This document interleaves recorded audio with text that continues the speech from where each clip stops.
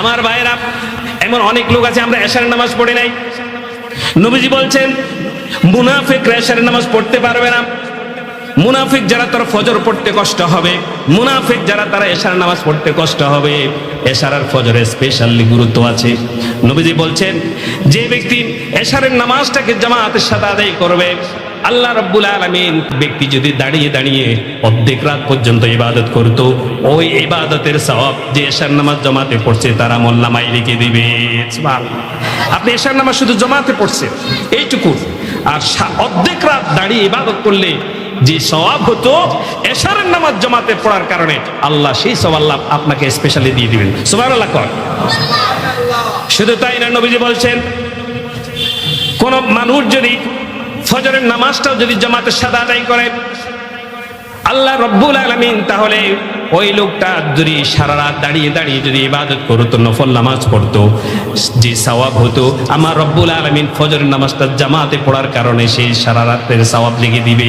সুবহানাল্লাহ। ফজর আর এশা, এশার আর ফজর স্পেশালি গুরুত্ব।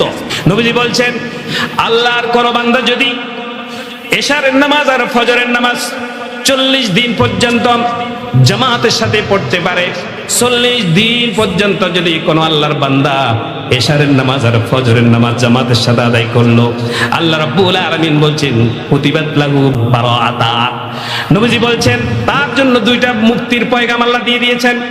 এক নম্বরে আল্লাহ রাব্বুল আলামিন তাকে মুনাফিকের লিস্ট থেকে তার নামটা কেটে দিবেন।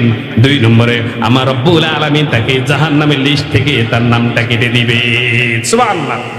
এশার নামাজ আর ফজরের নামাজ জামাতের সাথে যদি 40 দিন পর্যন্ত কেউ পড়তে পারেন, তাহলে মুনাফিক থেকে নামটা কেটে দিবেন কে? আরো জোরে বলেন কে? এবং জাহান্নামের লিস্ট থেকে নামটা কাটা যাক, আমরা চাই কি চাই না? আবার নবীজি বলছেন কেউ যদি এশার আর ফজর নয় 5 ওয়াক্ত নামাজ তাকবীরুল উলার সাথে আদায় করতে পারে ইমামের পিছনে, মুয়াজ্জিন যখন ইকামত দিবে, ইকামতের পরে ইমাম সাহেব যখন আল্লাহু আকবার বলে নিয়ত বাঁধবে, তার সাথে সাথে নিয়ত বাঁধাটাকে বলে তাকবীরুল উলা, প্রথম তাকবীর।